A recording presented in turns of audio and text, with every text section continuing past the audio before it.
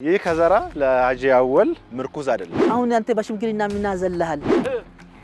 በጣም ፈታኝ ናት። ጉልበትና ታፋ ላይ አው ለሁሉም ትጠቅማለች።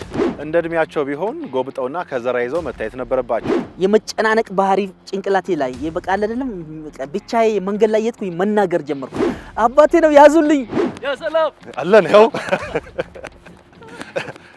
አይ ምንም አይደለም። ምንም የሚሄድ ውሃውን ተንቀሳቀስ። ይሄ እነዚህ ልጆች ለማሳደግ ራሴም እንደ ትንሽ ህይወቴ ሊቀጥል የሚችለው ስፖርት በመስራት ነው። ስፖርቱም እሳቸውን ጠቅሟቸዋል፣ እንደዚሁም ደግሞ ሌሎችንም እየጠቀሙበት ይገኛል። አሁን ቆሻሻ ንግግር የሚናገሩ ሰዎች ብዙም የሉ።